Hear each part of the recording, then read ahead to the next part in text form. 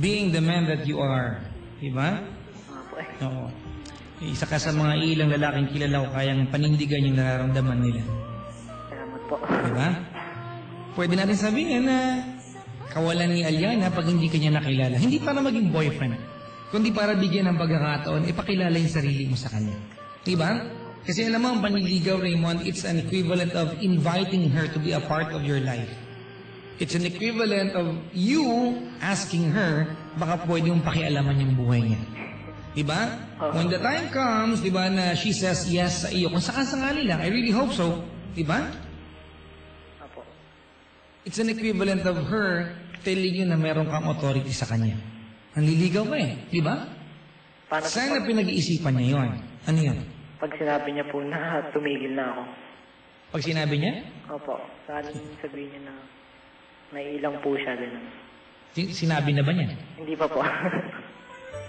Ano po kasi ako? Negative thinker po kasi ako. Ganito. Manligaw ka lang, tuloy-tuloy lang, alright? Hanggang dumating yung pagkakataon mo, walang ka ng dahilan.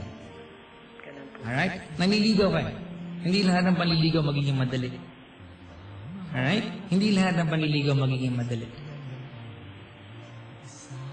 Diba? Apo. Hanggang dumating yung pagkakataon na mawalan ka na dahilan. Tanong may dahilan kasi sila, maligaw ka lang.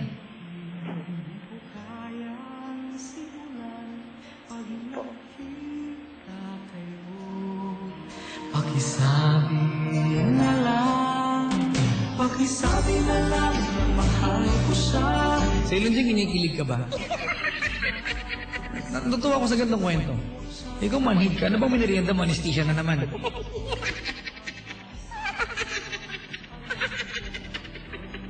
And ganito, Raymond. Hanggat maaari, sana dumating yung pagkakataon na masabi mo sa kanya kung saan mo siya una nakita. Di ba? Oo. Para maintindihan niya kung bakit ganyan ka sa kanya. Di ba? Oo. Sabi mo sa kanya na, alam mo, hinanap kita, enrollment pa lang, nakita na kita, nakatingin na ako sa'yo, diba? At ngayon, alam ko na kung saan matatagpuan, hindi ko pala alam kasi yung pagkakataon na masabi sa'yo exactly nararamdaman ko. Diba? Feeling ko, Raymond, hindi importante dito kung sagutin ka niya o hindi. Mas importante rito yung malaman niya yung nararamdaman mo. Kaysa naman hindi mo nasabi at all. Kasi yan lambing na yan, yung paghanga na yan, diba? Yung pagkagusto na yan, kahit may makilala ka pang 10 babae, diba? 10 babae, yan lambing na yan, nakalaan lang para sa kanya yan. It will never ever go to anyone. Alright? Raymond, ito awkward to, pero pwede bang gawin natin dito ito? Alin po? Pwede ka ba manligaw dito ngayon? On air? Paano po? Hindi ko alam. Magsabi ka sa kanya.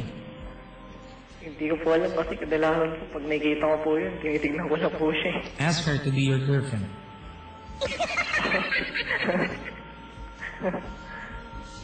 Go ahead. Paano po? Ask her to be your girlfriend. Hindi ko po alam sasabihin eh.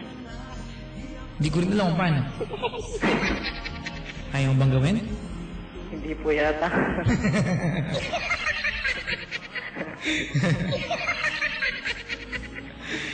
Ay, nako.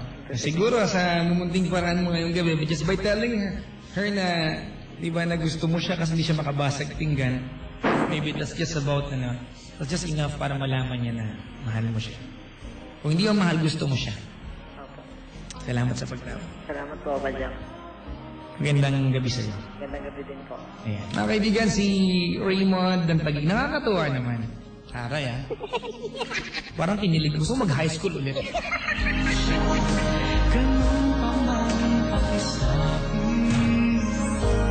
Mga kaibigan, ayan.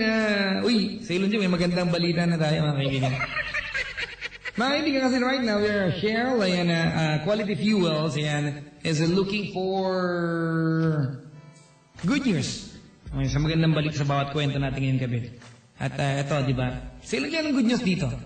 Kasi feeling ko, di ba, at some point, di ba, Faith is doing its job, di ba, working its way para magtagpo sila. Nakita niya ng, di ba, enrollment, Diba? At nahanap niya, nakita niya. Nagkaroon siya ng pagkakataon na magparamdam sa girl na may gusto siya. Hindi man nagkaroon ng tamang pagkakataon na tamang chances para siguro puspusan siya makapanligaw. Pero the very fact na meron siyang pagkakataon, kasi alam niya kung saan pupunta yan. Diba? Magandang balita yan. I think serendipity is working its way here. Diba? Ay!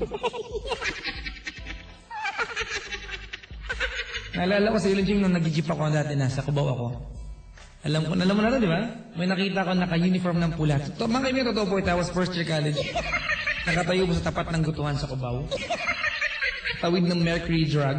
Ayan, yung papuntang Partas, patawid, papuntang Stop and Shop. Nakatingin sa akin yung girl sa Ilongching. She was staring at me. At feeling ko ang ganda-ganda niya. And I was staring at her. Oh. Tapos sumakay siya ng FX, di ko nalapitan. Nangihinayang ako.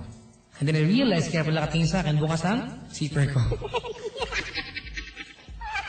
Kala ko gusto ako, di pala. Mga kaibigan, nabati lang muna ng inyong linggo. Before natin mulo, ayan.